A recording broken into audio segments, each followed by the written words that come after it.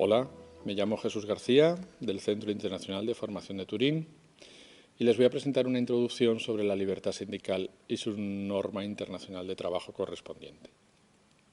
El establecimiento de la libertad sindical fue el detonante de las libertades civiles y de la participación democrática en Europa y en Norteamérica en el siglo XIX.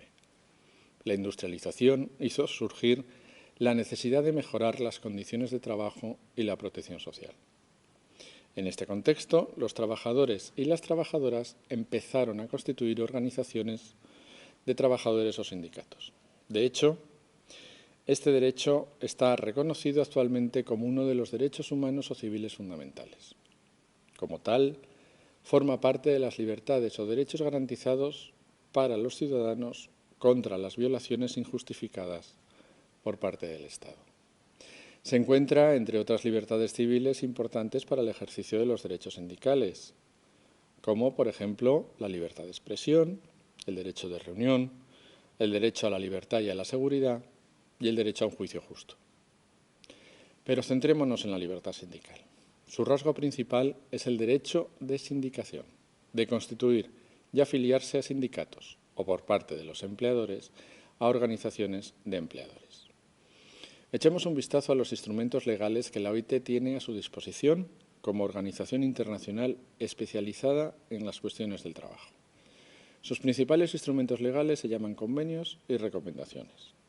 Los distintos convenios y recomendaciones forman el llamado marco legal de la libertad sindical. Hay dos convenios fundamentales. El convenio número 87 sobre libertad sindical y protección del derecho de sindicación de 1948 y el segundo es el convenio número 98 sobre derecho de sindicación y de negociación colectiva de 1949. ¿Pero qué significan estos derechos y estos convenios para un trabajador camboyano del sector de la confección en huelga o para un grupo de trabajadores bielorrusos que están pensando en constituir un sindicato? ¿Qué implicaciones tienen los instrumentos legales internacionales a nivel nacional? Un convenio es una especie de marco legal. Un Estado necesita ratificarlo para incorporarlo a su legislación nacional.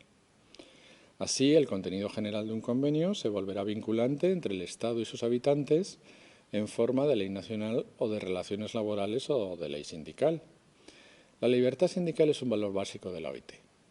Por lo tanto, debería tener el respaldo de todos los Estados miembros de la OIT. El convenio 87 ha sido ratificado por 152 de los 183 Estados miembros. El convenio 98 ha sido ratificado todavía con mayor frecuencia, por 165 de los 183 naciones. Esto demuestra que sobre el papel esta libertad goza de un reconocimiento casi universal. Desgraciadamente, en la práctica, todavía sigue siendo una de las libertades de los trabajadores y trabajadoras más rebatidas. ¿Sabe si su país ha ratificado los convenios 87 y 98? Y en caso de que la respuesta sea negativa, dedique unos minutos a pensar en las posibles razones para ello.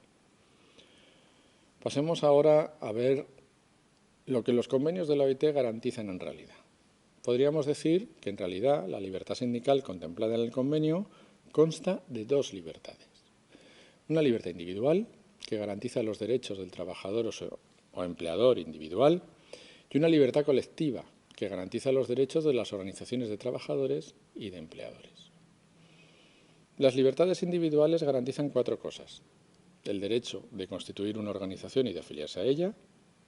Esto debe producirse sin necesidad de la autorización previa de una autoridad administrativa.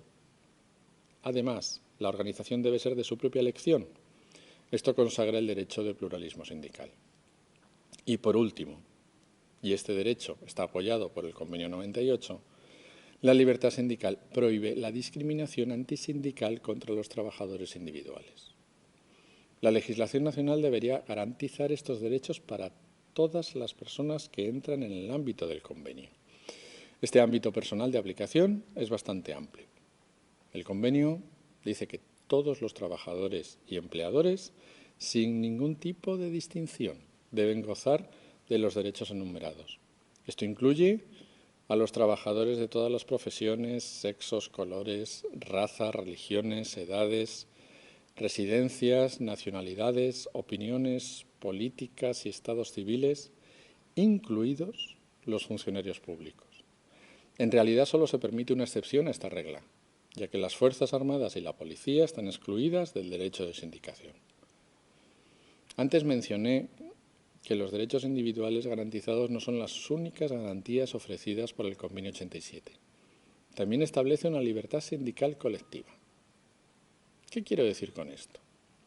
Quiero decir que conforme al convenio, las organizaciones de trabajadores y de empleadores pueden disfrutar de ciertos derechos como tales.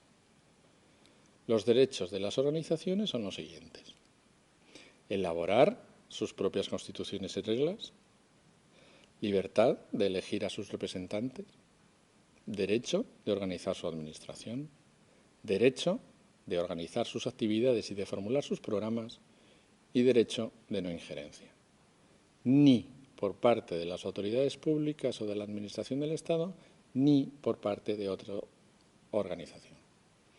Así pues, el convenio protege a los sindicatos de los empleadores o de sus organizaciones durante las actividades sindicales. Por último, las organizaciones también tienen derecho de constituir federaciones y confederaciones y de afiliarse en las mismas. Y también de afiliarse a organizaciones internacionales de trabajadores o empleadores. Creo que esto les proporciona una primera idea sobre la libertad sindical según la OIT. Gracias por escucharme.